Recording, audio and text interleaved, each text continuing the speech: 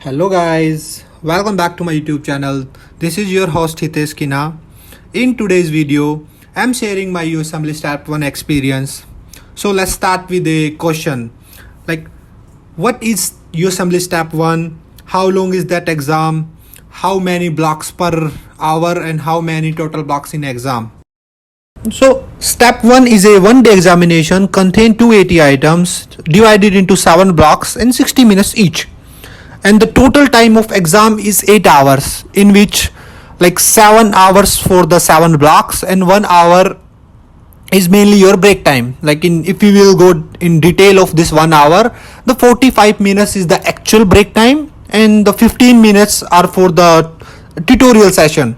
But if you already watch the tutorials on YouTube or any other platform, then there is no need to watch it again. You can just skip it. So you will get the whole 1 hour for your break time. And the break time is like not fixed that you have to immediately take it like after 1 block or 2 block or 3 block. It's depend on you. Like if you want to take 5 minute break after 1 block, then you can take it. So let's talk about my personal experience. So for me, it was the hardest and longest exam I ever taken in my life. So that's how I felt about this exam. And about the exam day and the cost of USMLE Step 1, I will explain these things in a separate video. So let's come to the resources, like what resources I used for the USMLE Step 1 and what are the other resources or the best resources present out there for the exams.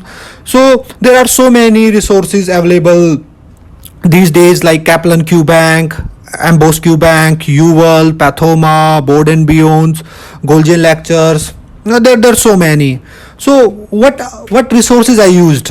So in my journey I used Step 1, the first aid of Step 1, Board and Beyond videos, UWorld, Question Bank, Pathomas, Emboss, Kaplan. I only use these. But if you want to use other resources, you can try it. So the next question is, how much time did I spend studying for Step 1?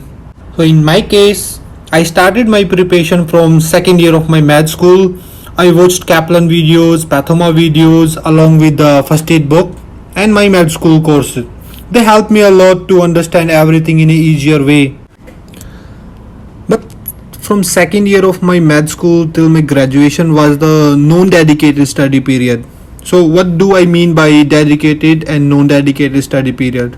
In non-dedicated study period is when I focused on Step 1 for like 2 or 3 hours a day. Like I was also focusing that time on my med school too.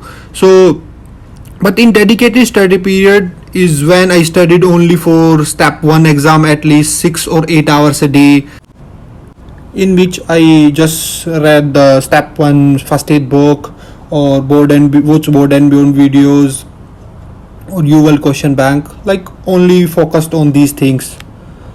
So now the question is, what was the main resource in my dedicated study period and what did I start with? So my dedicated study period started on October 2021, like immediately after my Indian board exam, till January 12, 2022. So approximately 3.5 months.